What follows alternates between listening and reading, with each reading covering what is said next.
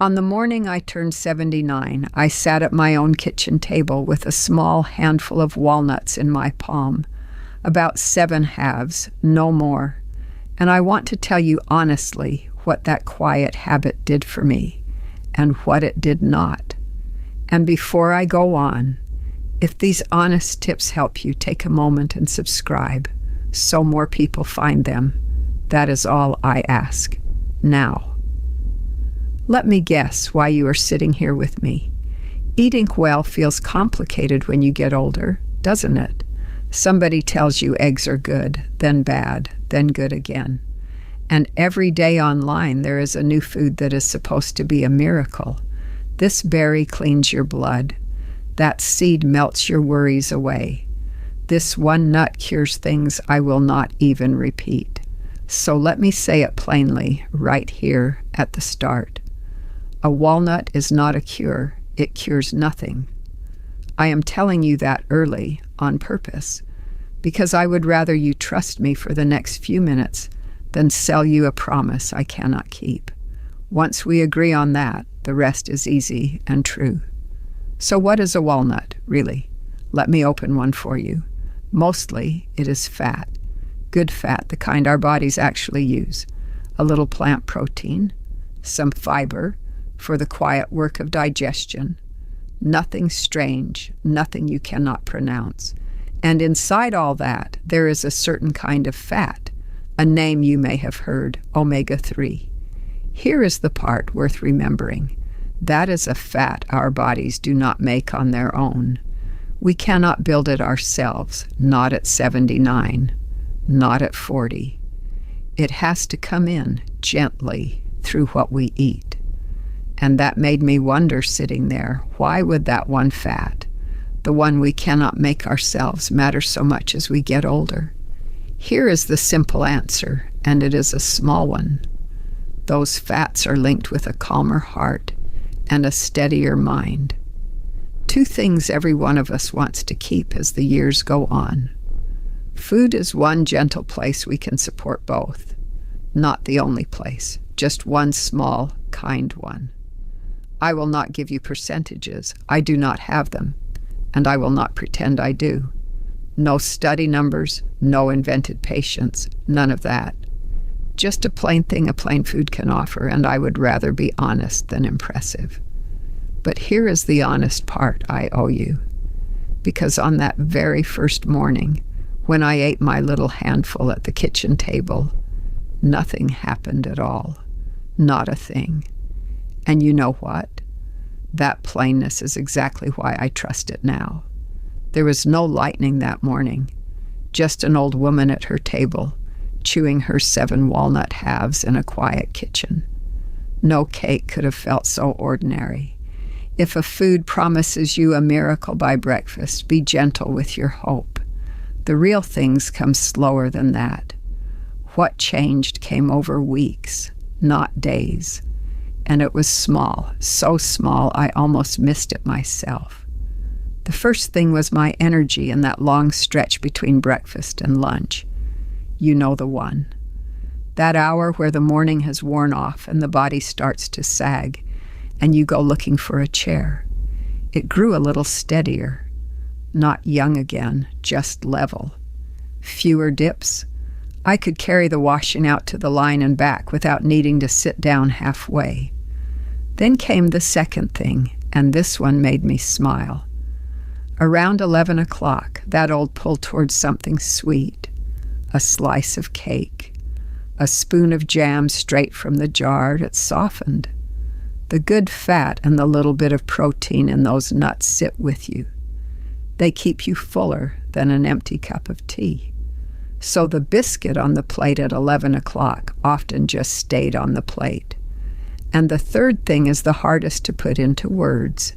It was a feeling.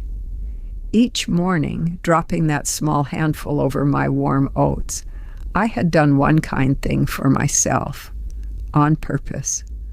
Before the day asked anything of me, there is a quiet dignity in that, in caring for your own body while no one is watching, simply because you are worth the trouble. let me stop here a moment because I would love to hear from you. Tell me in the comments how old you are and whether nuts are already part of your day. I do read them, and if these words do you good, take a moment to subscribe. I ask for nothing more. Now, let me be honest with you the way I promised. These were small things, steadier mornings, a softer craving, a warm feeling of care. Real, yes, but personal.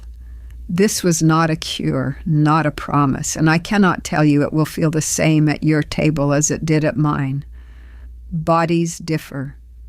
What did me good may do little for the woman next door. I tell you plainly, so you can trust me on the good parts too. So how do I actually fit this into a normal day, with no fuss and nothing to remember? The whole habit lives in one jar on my shelf, and there is a right way to keep it, and a way that quietly ruins it. Here is the right way, and it could not be simpler. In the morning, I chop a few halves and let them fall over a bowl of warm oats. Some days, I set them beside a little cheese and a sliced apple, and that is my breakfast. No recipe, no fuss. Now keeping them. I keep my walnuts in a jar in the cool dark, on a shelf away from the light and the warmth of the stove. There is a reason for that. Old nuts turn bitter. All that good fat, the very thing you keep them for, goes stale if it sits too long in a warm, bright place. A bitter walnut is a walnut you will never eat twice. So the jar, the cool, the dark, that is the whole trick. And how much? A handful, not a bowl. About 7 halves in my palm, no more. They are rich, and with walnuts, more is never better. This is not a food you pile high. Nothing bought, nothing weighed on a scale, nothing to remember but a jar on the shelf. That is the entire habit from the first morning to now. Now let me say the thing I mean with my whole heart. I am not your doctor. I cannot see you. I do not know your body. And this is only my own experience at my own table. It is not medical advice. Please hear me on that. And there is one line I will not cross with you. If you take blood thinners, or you manage any condition or something in your body simply worries you, please ask your own doctor before you change a single thing. Do not stop a medicine. Do not swap a pill for a food because someone online told you to. A walnut is a walnut. It replaces nothing your doctor gives you. I would rather you eat no nuts at all than trust a jar over the person who knows your health. That is how much I mean it. So, come back with me to that first morning, the one I started on. My hand open on the kitchen table, 7 walnut halves resting in my palm, and me, newly 79. I have carried that small picture through this whole talk, and now I will tell you what it truly gave me. It was never the nut. I want you to hear that plainly, because it is the real gift. The walnut did not transform me. What changed me was the choosing. Every quiet morning, one small act that said, I am worth a little care. That is what a handful a day really did. Not stronger arteries I cannot see or measure, but a daily habit of treating myself with dignity, of tending to this body so it can carry me, well and independent, into the years still ahead. You can do the same today with one jar and one open hand. It costs almost nothing, and it is one of the kindest things you will do all day.